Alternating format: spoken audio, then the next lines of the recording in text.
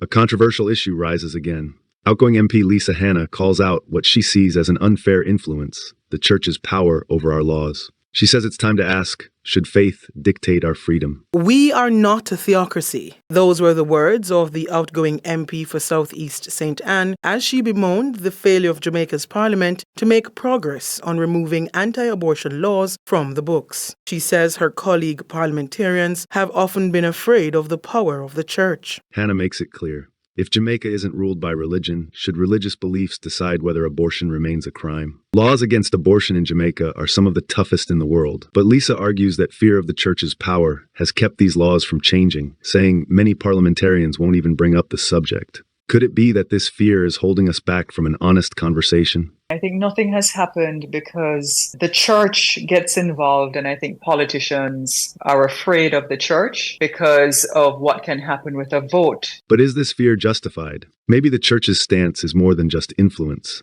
It could reflect the values that many Jamaicans share. What if this isn't about power, but about protecting what we as a nation believe in? In Jamaica, a woman who chooses abortion could face life in prison, and the doctors who perform them face similar punishment. Lisa Hanna sees this as a sign of a system that's outdated and unfairly harsh. Ms. Hanna, who has served as Member of Parliament since 2007, has been one of the most outspoken critics of the country's colonial-era ban on terminating a pregnancy. A woman who willingly carries out an abortion in Jamaica could face life imprisonment. The doctor who performs the procedure may also face significant time in prison. Yes, the penalties are severe, but maybe it's because life is valued so deeply here. Rather than loosening penalties, shouldn't we look at offering more support for women, families, and healthcare? Let's build options that respect life without punishing those who need help. Hanna points out a divide. Wealthier women can access safe abortion services outside Jamaica, while poorer women face serious risks. Is this class divide fair? Jamaica really needs to understand that if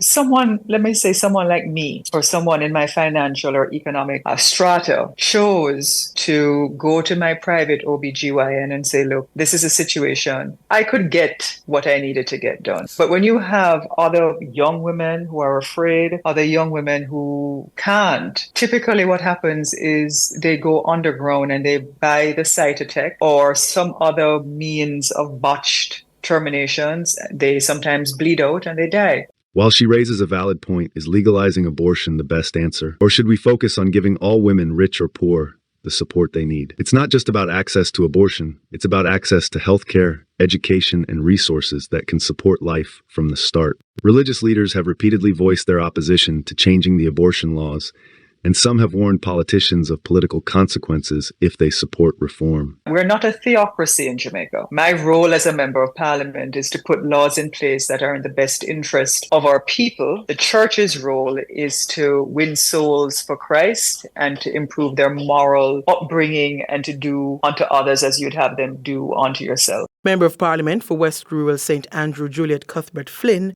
has also tabled a motion calling for the repeal of the country's abortion laws. But maybe it's less about control and more about conviction. Many Jamaicans feel that life, from its earliest stages, is worth protecting. Hanna might see it as an outdated influence, but for others, it's simply standing by a belief we've held for generations. Lisa Hanna's words have reignited a heated debate. Should Jamaica continue upholding these strict laws, or is it time to change with the times? She believes the church's influence is too strong, but for many Jamaicans, that influence isn't control.